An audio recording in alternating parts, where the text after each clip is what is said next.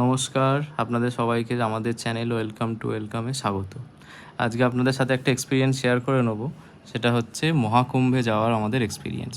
আমরা 6 ফেব্রুয়ারি যাওয়ার জন্য রওনা দিই।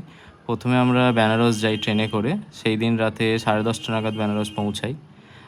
হোটেলে উঠে আমরা সেদিনকে আর বিশেষ কিছু করতে পারিনি, হোটেলেই থাকি।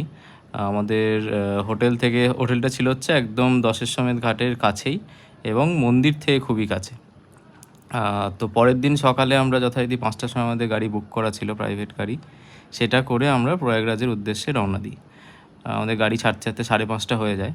প্রয়াগরাজ থেকে 8 কিলোমিটার দূরে কানহা পার্কিং লট বলে একটা জায়গাতে আমাদের গাড়ি দাঁড় করিয়ে দেয় অ্যারাউন্ড 9টার সময়।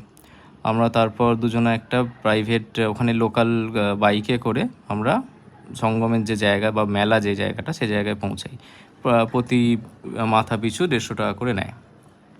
তো আমরা সেদিনকে 10:30 থেকে 3:30 পর্যন্ত 3:30 4টে অবধি ওখানেই থাকি।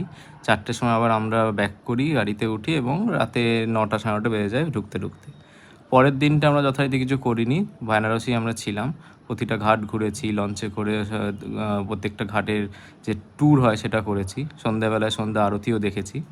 সেটা করে সেই দিনকে আবার রাতের খাওয়া দাওয়া করে আমরা পরের দিন সকালে বাড়ি ফেরার জন্য রওনা দিই।